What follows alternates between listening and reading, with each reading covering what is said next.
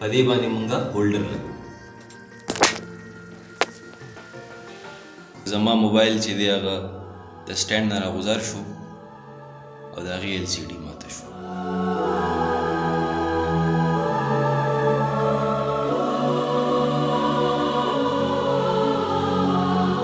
اوس خو پکار دی چې تاسو زما د ویډیو چې دی نو هغه لازمي لایک کړئ.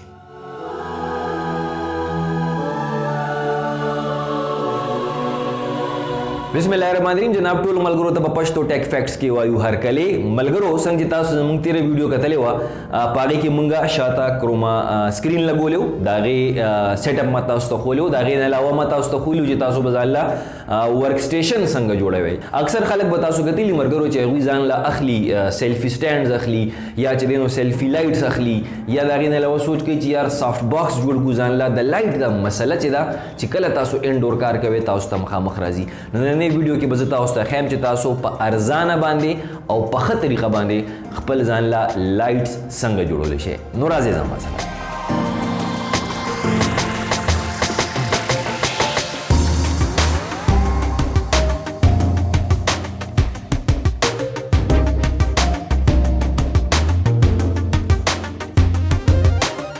نو جناب دا هغه لایټ د دې وخت کې لګېدلې دی او د دې ګلو تاسو کتی شئ چې د دې کوالټي چې ده هغه ډېره ښه ده.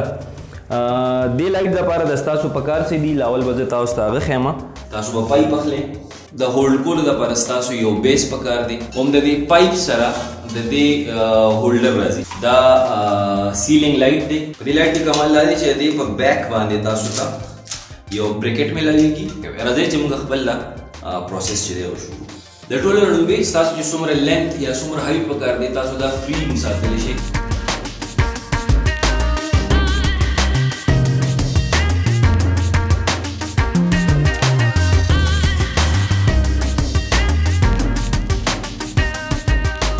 دې بریکټ مطابق به په دې پایپ کې موږ اوس دلته 200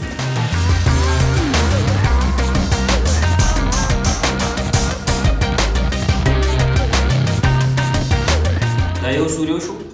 اوس به دلته مونږه هم د دې مطابق بل سوری کوو.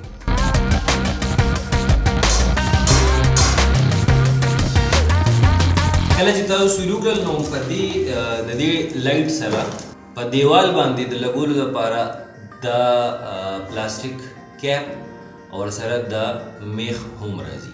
په دې پیپ کې چې کوم سوری وکړل په دې کې مونږ لاول دا فټ کوو او د هغې نه پس به بیا په دې باندې مونږه هولډر لګو. واقعي چې دا ډېر زیات ګران کار دی. زما موبایل چې دی هغه د سټینډ نه راغوځار شو او د هغې LCD ماته شو.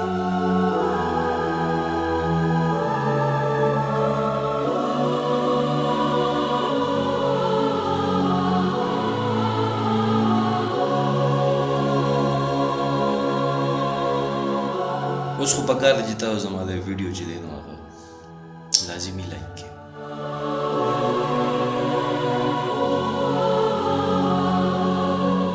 ډېر زیات مات شو خو دا په کار کې راځي چې کله تاسو کار کوئ نو هغې کې ښه او بد خو لازمي خبره ده د هغې پاټي.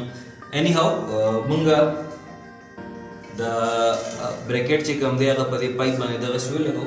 دا به مونږه په دې بریکټ کې دلته د نټس په ذریعه باندې به دا مونږه دې کې هولډ کوو.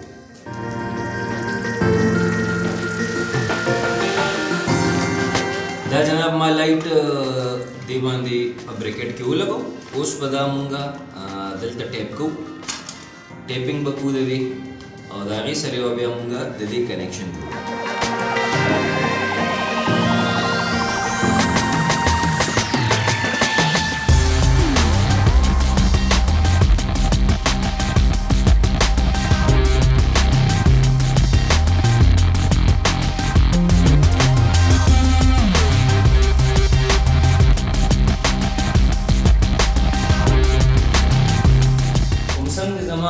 دا یو لایټ دغسې ما دا لایټ جوړ کړو. دا د دې بیس دی او دا د دې لایټ دا هولډ شو. اوس زه هغه لایټ آف کوم او دا یو لایټ چې دی دا نو تاسو کتل چې تاسو ځان لا په کور کې په کمو پیسو کې په کم ریسورسز کې ښه لایټ چې دی هغه اخیستی شي. نو دا و جناب زمونږ نننی ویډیو. امید ساتم چې دا به ستاسو خوښه شوي. ویډیو مو خوښه شوي نو لازمي لایک کړئ او پښتو ټیک فیکټس چې دی دا لازمي سبسکرایب کړئ. د الله په امان.